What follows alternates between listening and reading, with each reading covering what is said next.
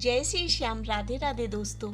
एक बार भीमसेन व्यास जी से कहने लगे कि हे पितामह, भ्राता युधिष्ठिर, माता कुंती, अर्जुन, नकुल, सहदेव आदि सभी एकादशी का व्रत करने को कहते हैं, परंतु मैं भगवान की भक्ति पूजा तो कर सकता हूँ, दान भी दे सकता हूँ, किंतु भोजन के बिना नहीं रह सकता हूँ।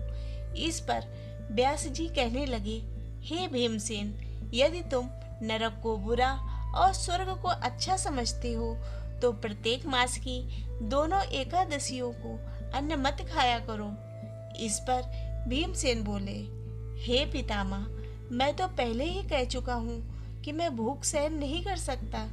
यदि वर्ष भर में कोई एक ही व्रत हो तो वह मैं रख सकता हूँ, क्योंकि मैं बिना भोजन के नहीं रह सकता हूँ। इसीलिए पूरा उपवास क्या, मैं तो बिना भोजन के एक समय भी नहीं रह सकता हूँ। अतः आप मुझे कोई ऐसा व्रत बताइए जो वर्ष में केवल एक बार ही करना पड़े और मुझे स्वर्ग की प्राप्ति हो जाए।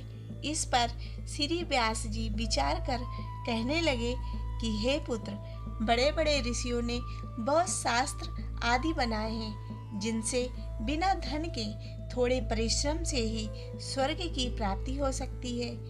इसी प्रकार शास्त्रों में दोनों पक्षों की एकादशी का व्रत मुक्ति के लिए रखा जाता है। ऐसा सुनकर भीमसेन घबरा कर कांपने लगे और व्यास जी से कोई दूसरा उपाय बताने की विनती करने लगे।